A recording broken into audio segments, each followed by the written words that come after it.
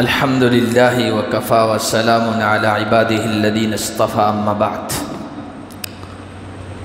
اعوذ باللہ من الشیطان الرجیم بسم اللہ الرحمن الرحیم اللہ الذین آمنوا منکم والذین اوتوا العلم درجات واللہ بما تعملون خبیر۔ وقال النبی صلی اللہ علیہ وسلم من سلک طریقا یبتغی فیہ علما سہل اللہ لہ طریقا الی الجنہ۔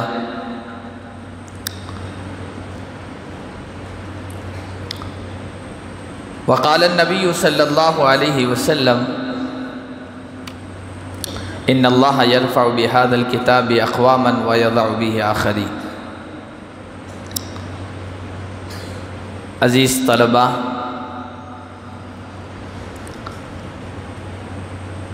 ہمارے دینی مدارس کی جو سالانہ تعطیلات ہوتی ہیں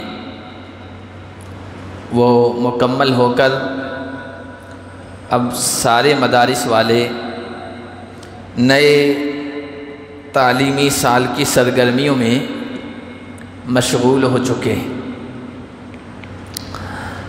آپ حضرات میں بہت سارے پرانے ہوں گے، کچھ طلباء نئے بھی آئے ہوں گے۔ آپ سب حضرات کو میں اساتذہ کی طرف سے نمائندگی کرتے ہوئے اور نبی پاک صلی اللہ علیہ وسلم کی وصیت پر عمل کرتے ہوئے خوش آمدید کہتا ہوں۔ حضور علیہ الصلوۃ نے اپنے صحابہ سے کہا تھا کہ کچھ لوگ تمہارے پاس آئیں گے یطلبون العلم، علم حاصل کرنے آئیں گے، فَإِذَا رَأَيْتُمُوهُمْ فَقُولُوا لَهُمْ مَرْحَبًا مَرْحَبًا بِوَصِيَّةِ رسول اللہ صلی اللہ علیہ وسلم۔ جب تم ایسے لوگوں کو دیکھو جو علم کی طلب میں تلاش میں آئے ہو تو انہیں مرحبا مرحبا کہنا، خوش آمدید کہنا۔ تو آپ سب کو اس ادارے کے احاطے میں ہم سب خوش آمدید کہتے ہیں۔ آپ سب حضرات علم کے حصول کی غرض سے آئے ہیں، علم حاصل کرنے کے لیے آئے ہیں۔ ایسی دولت کو حاصل کرنے کے لیے جس کے بارے میں اللہ تعالیٰ نے ارشاد فرمایا کہ جو یہ دولت حاصل کر لیں گے ہم انہیں بہت بلند درجے عطا فرمائیں گے۔ علم کو حاصل کرنے والوں کی بہت ساری فضیلتیں قرآن میں آئی ہے، حدیث میں آئی ہے۔ ایک حدیث کا ایک جز چھوٹا سا ٹکڑا میں نے آپ کے سامنے پڑھا، پیش کیا، جس میں اللہ کے نبی صلی اللہ علیہ وسلم نے ارشاد فرمایا کہ جو آدمی علم حاصل کرنے کے لیے کوئی راستہ طے کرتا ہے،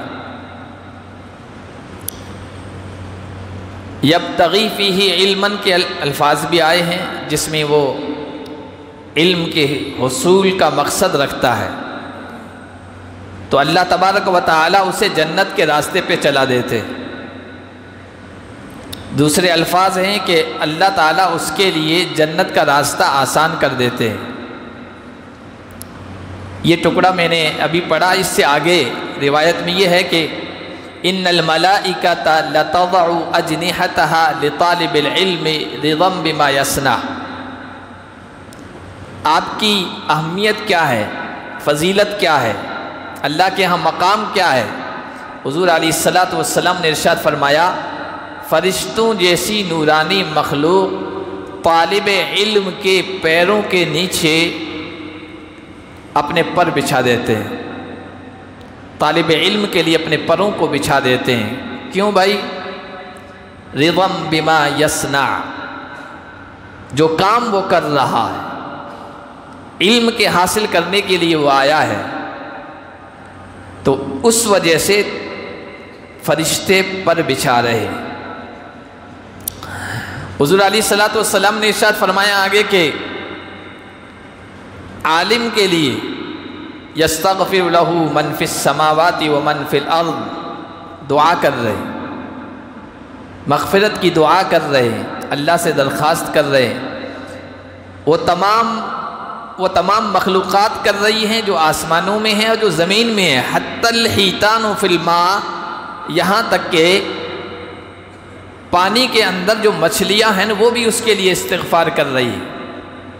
وَإِنَّ الْعُلَمَاءَ وَرَثَةُ الْأَنْبِيَاء، آگے حضور نے فرمایا علماء علم والے انبیاء کے وارث، اس سے بڑھ کر تو کوئی اور مقام ہو ہی نہیں سکتا۔ وَإِنَّ الْأَنْبِيَاءَ لَمْ يُوَرِّثُوا دِينَارًا وَلَا دِرْهَمًا إِنَّمَا وَرَّثُوا الْعِلْمَ، علماء انبیاء کے وارث ہیں۔ انبیاء کی وراثت کیا ہے؟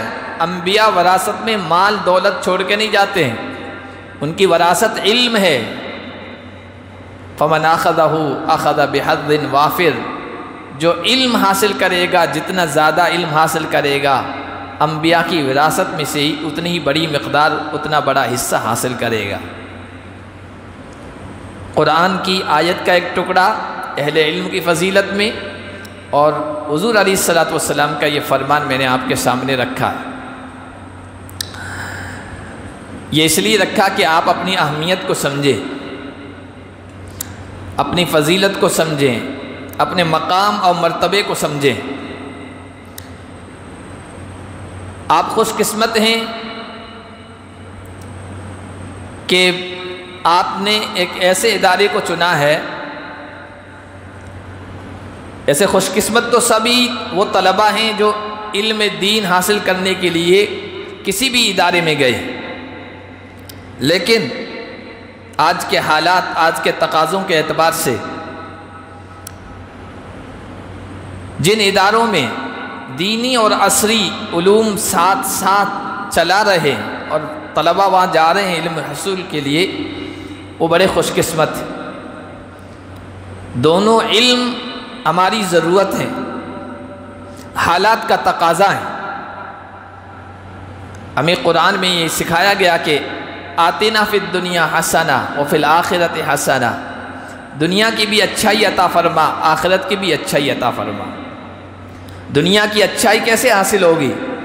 جو عصری علوم ہے، جسے ہم دنیاوی علوم کہہ رہے ہیں، ان کے حاصل کرنے سے دنیا میں ترقی ہوگی، دنیا کی اچھائی، دنیا کے خیر، دنیا کی بھلائی حاصل ہوگی، اور آخرت کی کامیابی وہ علم دین کے حصول سے ہوگی۔ انسان دو چیزوں کا مجموعہ ہے، ایک جسم ہے، ایک روح ہے۔ جسم کے جو تقاضے ہیں، جسم کی جو ضروریات ہیں، وہ ضروریات عصری علوم ہم حاصل کریں گے نا، اس سے پوری ہوں گی۔ آج گرمی ہے، آپ کو پنکھے کی ضرورت ہے، پنکھا کیسے بنے گا؟ کون سے علم سے حاصل ہوگا؟ بولو، عصری علوم سے، سائنس۔ بہت سارے طلباء ہیں، وہاں تک آواز پہنچانی ہے، کس سے یہ چیز حاصل ہوگی؟ مائک بنانا ہے، عصری علوم سے۔ کھانا کس طرح بنانا ہے، مشروبات الگ الگ قسم کی بنانی ہے، لذت حاصل کرنی ہے، یہ کس علم سے حاصل ہوگی؟ عصری علم۔ یہ جسم کے تقاضے ہیں، یہ دنیا کی ضرورتیں ہیں، وہ عصری علوم سے آپ کو حاصل کرنی پڑے گی۔ اور انسان کا دوسرا حصہ ہے روح کا۔ انسان کی روح، اس کے بھی تقاضے ہیں، اس کی بھی غذا ہے۔ انسان کی جو روح ہے، اس کی بھی غذا ہے، اس کے بھی تقاضے ہیں۔ وہ کہاں سے حاصل ہوگا؟ دینی علم سے۔ دینی علم جسم کے تقاضے بھی پورے کرنے کے طریقے بتاتا ہے، یہ بھی ہے، اور روح کے تقاضے پورے کرنے کے طریقے بتاتا ہے۔ دونوں میں فرق یہی ہے، عصری علم جسم کے تقاضے اور ضروریات پورے کرنے کا طریقہ سکھاتا ہے، روحانی نہیں، اور دینی علم دونوں کے طریقے بتاتا ہے۔ تو جہاں پر دونوں علم سکھائے جا رہے ہوں اور وہاں پر طلبہ جا رہے ہیں تو بڑے خوش نصیب ہیں۔ دونوں چیزیں ہوں گی تو کامیابی ملے گی۔ یہ موبائل ہے، موبائل ہے، موبائل کی ایک ظاہری چیز ہے، ایک اندرون چیز روح کی چیز ہے۔ موبائل سے کام ہم اس وقت لے سکیں گے جبکہ موبائل کا ڈھانچہ اچھا ہو، مشینری اس کی اچھی ہو، اس کو چارجنگ ملتی رہے، ڈسچارج نہ ہو۔ موبائل بھی اچھا ہے، آئی فون لے لیا ہے نا، اور آپ چارجنگ بھی کرتے ہیں، لیکن اندر کی چیز نہیں ہے، کنیکشن نہیں ہے، سم نہیں ہے، یا سم تو ہے لیکن ایکٹیو نہیں ہے، تو کام آئے گا؟ نہیں کام آئے گا۔ موبائل اسی وقت ہمارے لیے کارآمد ہوگا، مفید ہوگا، جبکہ اس کا ڈھانچہ بھی صحیح ہو، اس کی مشینری بھی کام کر رہی ہو، چارجنگ بھی اس کو مل رہی ہو، پلس اس میں کنیکشن ہو یعنی سم ہو، اور سم بھی ایکٹیو ہو، تب جا کے فائدہ مند ہوگا۔ اسی طرح مثال ہے دینی علم کی اور دنیاوی علم کی۔ دنیاوی علم جسم کے ڈھانچے کو صحیح صحت مند تندرست رکھنا بتاتا ہے، اور دینی علم اندر جو کنیکشن ہے، روح ہے، اس کو تندرست بنانے کا طریقہ سکھاتا ہے۔ تو خوش نصیب ہیں آپ کہ جہاں دونوں علم سکھائے جا رہے ہیں اور وہاں آپ آئے ہیں۔ دوسری بات، اس کار خیر میں، اس اچھے کام میں صرف آپ کا ہی ہاتھ نہیں ہے، یہ بات یاد رکھیں۔ آپ یہاں آئے ہیں تو اس میں آپ کے اساتذہ کی، آپ کے والدین کی، آپ کے سرپرستوں کی رغبت ہے، ان کا شوق ہے، ان کا جذبہ ہے، انہوں نے آپ کو یہاں بھیجا ہے۔ پھر اس کے بعد آپ کے اساتذہ ہیں جو آپ کی تعلیم و تربیت میں یہاں منہمک و مصروف رہیں گے۔ اس کے بعد مدرسے کے منتظمین ہیں، اس کے بعد مدرسے کو چلانے کے لیے جو تعاون دیتے ہیں عوام مسلمان، وہ سب آپ کے اس کار خیر میں شریک ہیں، صرف آپ کا کمال نہیں۔ یہ اس لیے بتا رہے ہیں کہ ان تمام لوگوں کو سال بھر آپ کو یاد رکھنا ہے۔ یہ محسنین ہیں آپ کے والدین، آپ کے اساتذہ، مدرسے کا نظام بنانے والے، اور پھر معاونین، اپنی گاڑی کمائی میں سے پیسے دینے والے، تعاون کرنے والے، ان کے احسان کو یاد رکھنا ہے، ان کو اپنی دعاؤں میں یاد رکھنا ہے۔ یہ چیز آپ کو ذہن میں پورے سال رکھنی ہے۔ تیسری بات، آپ یہاں علم حاصل کرنے کے لیے آئے ہیں، تو حصول علم کا راستہ کیا ہے؟ علم کیسے حاصل ہوگا؟ ہر سال ہم بتاتے ہیں مختلف واقعات کے ذریعے سے جو قرآن طلبہ ہیں۔ میں نے حضرت عبداللہ ابن مسعود کا بھی واقعہ پچھلے سال سنایا تھا، وہ بہت سارے بچوں کا ذہن نشیں ہو گیا ہے۔ حضرت عبداللہ ابن عباس کا بھی مختصراً سنایا تھا۔ آج ان کے واقعے کو میں آپ کے سامنے رکھنا چاہتا ہوں، اس سے رہنمائی حاصل کرنا چاہتا ہوں۔ علم کے حصول کا راستہ کیا ہے، وہ حضرت عبداللہ ابن عباس کے واقعے سے ہمیں پتہ چلتا ہے۔ حضرت عبداللہ ابن عباس کو صحابہ میں جو ٹائٹل ملا ہے، لقب ملا ہے، وہ کیا ملا ہے؟ بتاؤ بھئی، کسی کو پتہ ہے؟ بھائی اگر میں کہوں کہ شمشیر بے نیام، سیف اللہ المسلول، تو کس صحابی کا آپ نام لیں گے؟ اللہ کی کھلی ہوئی تلوار، بولو۔ خالد ابن ولید، یہ ٹائٹل ملا ہے ان کی خاص چیزوں کی وجہ سے، خاص امتیازات کی وجہ سے حضور کی طرف سے۔ حافظ الحدیث کہیں گے تو کس کا نام آئے گا؟ حدیث کے حافظ ابو ہریرہ، کل ہی تو بتایا ہے، ابو ہریرہ کا نام آئے گا۔ اسی طرح فقیہ الامہ عبداللہ بن مسعود کا نام آئے گا۔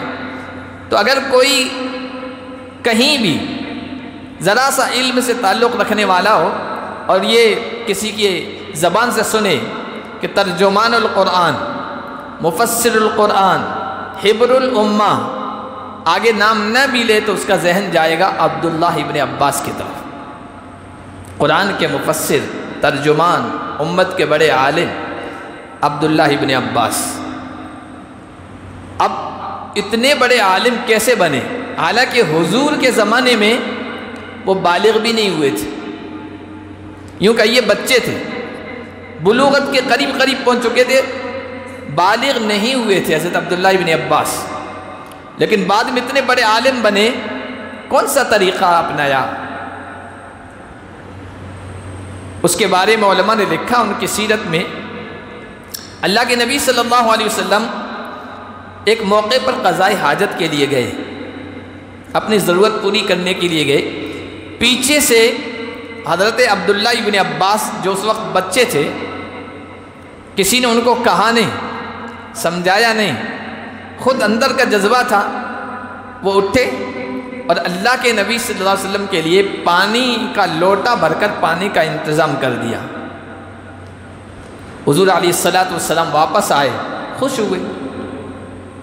چھوٹی چھوٹی چیزیں ہوتی ہیں، ہمارے طلبہ اس طرف توجہ نہیں دیتے۔ کسی استاذ کو بڑھ کے آپ نے سلام کر دیا، کسی استاذ کے جوتے رکھے ہوئے تھے آپ نے سیدھے کر دیے، ایک عام بات ہے، لیکن استاذ یوں اتار کے گیا تھا، جب واپس آئے گا اور دیکھیے گا جوتے سیدھے کیے ہوئے ہیں، اس کو نوٹس کرتا ہے۔ ایسا نہیں کہ اس کو پتہ نہیں چلتا، اس کو احساس ہی نہیں ہوتا ہے کہ کسی طالب علم نے سیدھے کر دیے، نہیں، وہ نوٹس کرتا ہے۔ دعا نکلتی ہے اندر سے، دعا کروانے سے دعا کوئی نہیں کرتا ہے، دعا وہ ہے جو اندر سے نکلتی ہے اور وہی تقدیر کو بدل دیتی ہے، نصیبیں بناتی ہے۔ تو حضرت عبداللہ ابن عباس نے پانی رکھ دیا، اللہ کے نبی صلی اللہ علیہ وسلم واپس آئے، پوچھا یہ کس نے رکھا ہے؟ حضرت عبداللہ ابن عباس نے کہا رسول اللہ میں نے رکھا ہے۔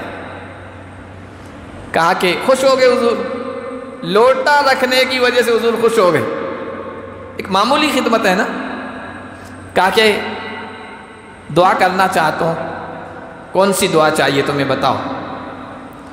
حضرت عبداللہ ابن عباس نے کہا یا رسول اللہ مجھے علم قرآن حاصل ہو جائے، علم کے لیے، اس دولت کے حصول کے لیے میرے لیے آپ دعا کر دیجئے۔ حضور نے ہاتھ اٹھائے، اللہم علمہ الکتاب وقہ سوء الحساب، الفاظ دوسرے بھی ہیں روایت کے، یہ بھی ہے، اے اللہ اس کو کتاب کا علم دے دیجئے اور حساب کی سختی سے اس کی حفاظت فرما دیجئے۔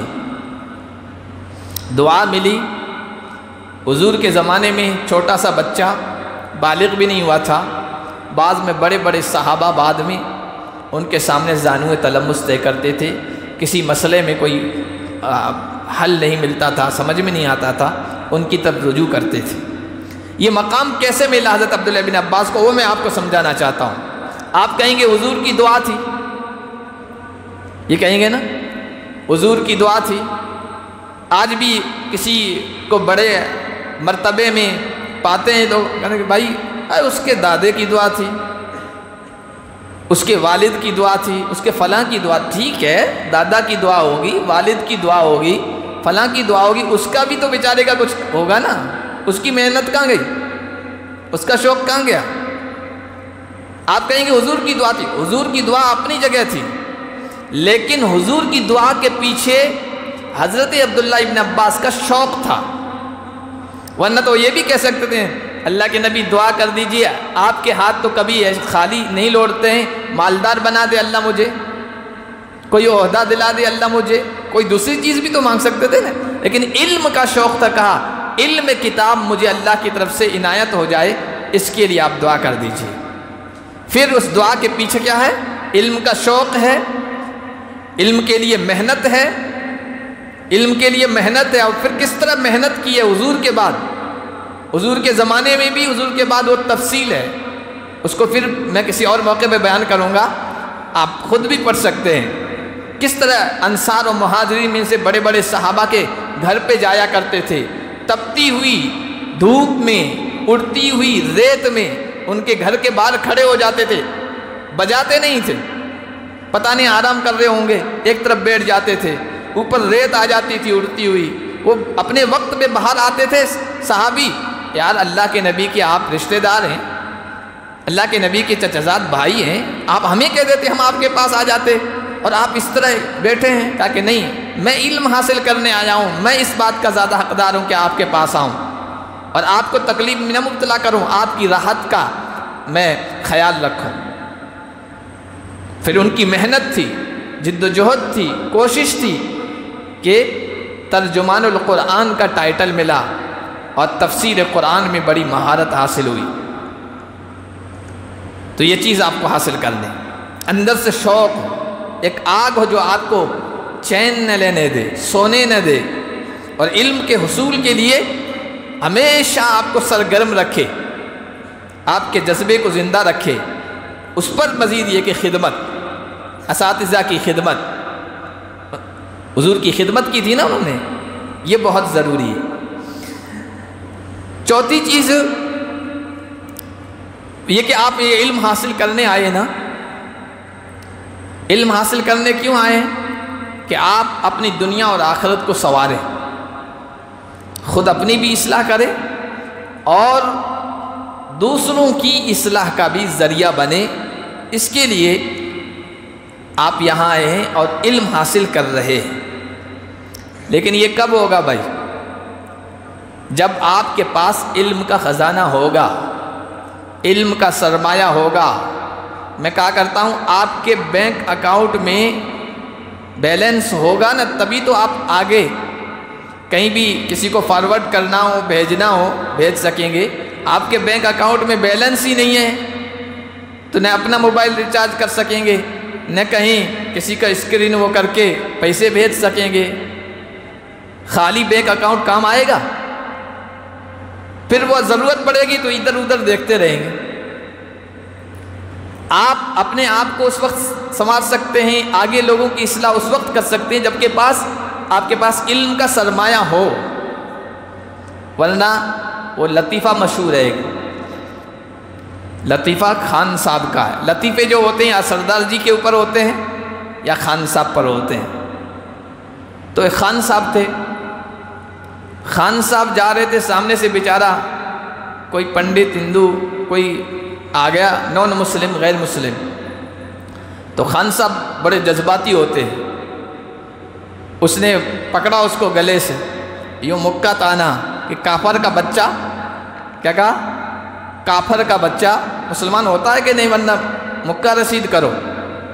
تو وہ بیچارہ گھبرا گیا کہ خان صاحب ہیں، فوجیوں کی، سرداروں کی، خان صاحبوں کی عقل کہاں ہوتی ہے، لطیفے ہیں، تو کہ یہ تو مار دے گا۔ اس نے کہا ٹھیک ہے خان صاحب، مارو مت، میں کلمہ پڑھنے کے لیے تیار ہوں، تم مجھے کلمہ پڑھا دو۔ اب جب اس نے یہ کہا نا مجھے کلمہ پڑھا دو، تو کہنے لگا کافر کا بچہ، کلمہ تو مجھے بھی نہیں آتا ہے، خود پڑھ لے۔ وہ تو مجھے بھی نہیں آتا ہے، خود پڑھ لے۔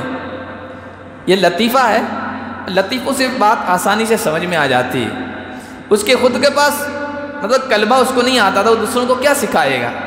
اگر آپ ابھی علم حاصل نہیں کریں گے، علم کا سرمایہ جمع نہیں کریں گے اور علم کو محفوظ نہیں کریں گے، کل جب آپ میدان میں جائیں گے اور کوئی پوچھے گا اسلام کے بارے میں کہ بھائی سرو دھرم سبھا ہے، سارے مذاہب والوں کو جمع کیا ہے، اور آپ کسی گاؤں میں، اس میں آپ ہی امام ہیں، آپ ہی عالم ہیں، کوئی اور ہے بھی نہیں، آپ کو آنا ہے، اب کیا بتائیں گے؟ ہم کو تو آتا ہی نہیں، آپ کو گوگل پہ سرچ کر لینا، دیکھ لینا، بہت سارے یہ علماء، ذاکر نائک کو سن لینا، فلاں عالم کو سن لینا، فلاں عالم کو سن لینا، یاسر ندیم الوازدی کو سن لینا، یہی تو کرتے ہیں، اس سے کیا ہوگا؟ اس لیے یہ وقت آپ کے پاس ہے کہ آپ علم کا سرمایہ جمع کرنے کی کوشش کریں، اس کو محفوظ کرنے کی کوشش کریں، اور یہی وقت آپ کے پاس ہے۔ یہ طالب علمی کے دور میں آپ نے کچھ کر لیا نا تو آپ کے کام آئے گا، بعد میں سیکھوں گا۔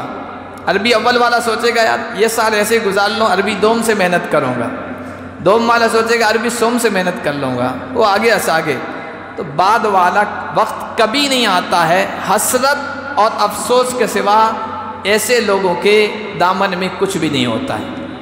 غالباً پہلے میں نے یہ واقعہ سنایا ہو، بہت مشہور عالم گزرے ہیں، ابھی قریبی زمانے میں ان کا انتقال ہوا ہے، شیخ عبد الفتاح ابو غدہ رحمہ اللہ تعالی۔ وہ کہتے ہیں کہ میں جامعہ ازہر مصر میں پڑھ رہا تھا، طالب علمی کا دور تھا، تو میرے استاد شیخ زاہد الکوثری رحمۃ اللہ علیہ، انہوں نے ایک مرتبہ مجھے بلایا اور کہا کہ اصول فقہ کی ایک کتاب ہے، امام ابو بکر جساس رازی رحمۃ اللہ علیہ کی، نام ہے الفصول فی الاصول، اس میں آم کی بحث ہے۔ آم سمجھتے ہو نا؟ ارے سمجھتے ہو؟ کھایا جاتا ہے وہ؟ ہاں کہہ رہا ہے، زید کہہ رہا وہی۔ بھائی جب آپ اصول فقہ پڑھیں گے نا، اصول الشاشی پڑھیں گے تو اس میں یہ سب چیزیں آئے گی۔ ایک عام ایک فقہی اصطلاح ہے، عام، خاص، عموم، خصوص، مطلق، عموم، خصوص، من وجن، ہم جن اصول سے مسائل استنباط کرتے ہیں تو کتاب اللہ، سنت رسول اللہ، اجماع، قیاس، پھر اس میں یہ عام خاص کی بحث آتی ہے۔ تو اس میں عام کی بحث ہے، عام عین سے ہے، عام وہ الف یا حمزہ کے اوپر مد والا نہیں، تو اس کا مطالعہ کر لینا۔ تو انہوں نے کہا کہ میں نے کہا حضرت ضرور مطالعہ کر لوں گا۔ میں نے تعمیل حکم میں کہا میں ضرور اس کا مطالعہ کر لوں گا۔ پھر انہوں نے دوبارہ پوچھا نہیں، یہاں تک کہ سال مکمل ہونے کو آیا، تعلیمی سال مکمل ہونے کو آیا، تو آخر میں کہا کہ بیٹا تم نے وہ مطالعہ کر لیا؟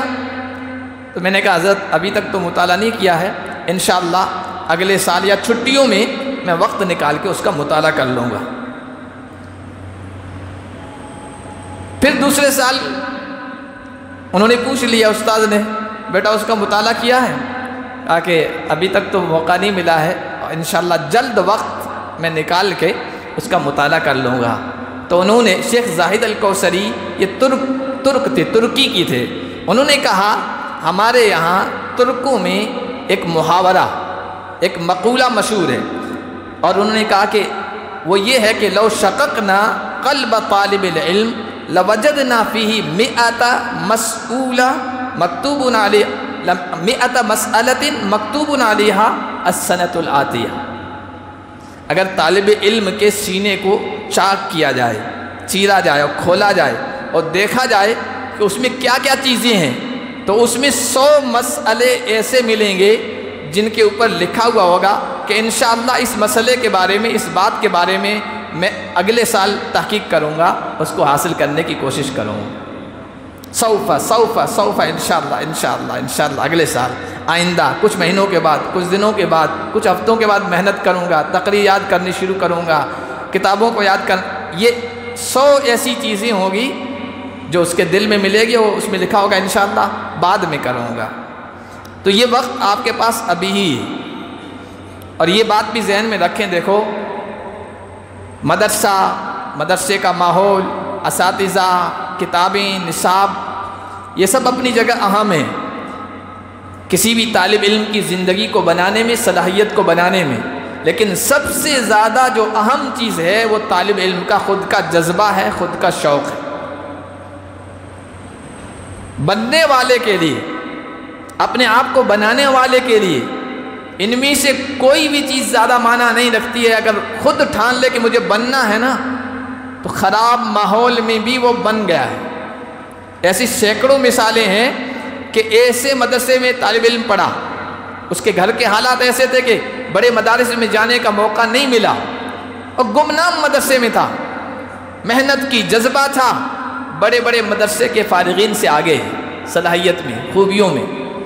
اور ایسے بھی طلبہ سینکڑوں نہیں، ہزاروں مل جائیں گے جنہوں نے دینیات سے لے کر دور حدیث پہ تخصص تک بڑے مدرسوں میں کیا ہے، نامی مدرسوں میں کیا ہے، لیکن کچھ بھی حاصل نہیں کر سکے۔ ٹھیک ہے، اتنے نمبر حاصل کر لیے کہ اگلے سال چلے جائیں، تخصص میں بھی داخل لیا، لیکن وہ چھوٹے مدرسے کا جو اپنے جذبے اور محنت سے خوب اس نے اپنے آپ کو سلگایا پڑا، وہ ان پر فائق ہے۔ میں ایسی کئی مثالیں دے سکتا ہوں، بلکہ چھوٹے سے مدرسے سے پڑھ کر جانے والا بڑے مدرسے میں بعد میں گیا ہے، اور لگن تھی تو 1 سال کے اندر وہ وہاں کے پرانے طلبہ پر فائق ہو گیا ہے۔ ایسی مثالیں، بہت ساری مثالیں آپ کو مل جائے گی۔ تو آپ خود آپ کو بنانا چاہیں نا، پھر دوسری تیسری چیزیں کوئی معنی ہی نہیں رکھتی ہے۔ بننے والوں کے لیے، اپنے آپ کو بنانے والوں کے لیے، کامیابی کا جذبہ رکھنے والوں کے لیے خراب سے خراب جگہ ماحول بھی اچھا بن جاتا ہے، اور جن کو بننا ہی نہیں ہے اچھے سے اچھے ماحول میں وہ پڑے رہتے ہیں، اپنے آپ کو مفید نہیں بنا پاتے۔ اس لیے آپ اگر ٹھان لیں نا، اپنے اندر جذبہ پیدا کر لیں، تو انشاءاللہ کہیں بھی رہیں گے آپ اپنے آپ کو کامیاب بنا لیں گے۔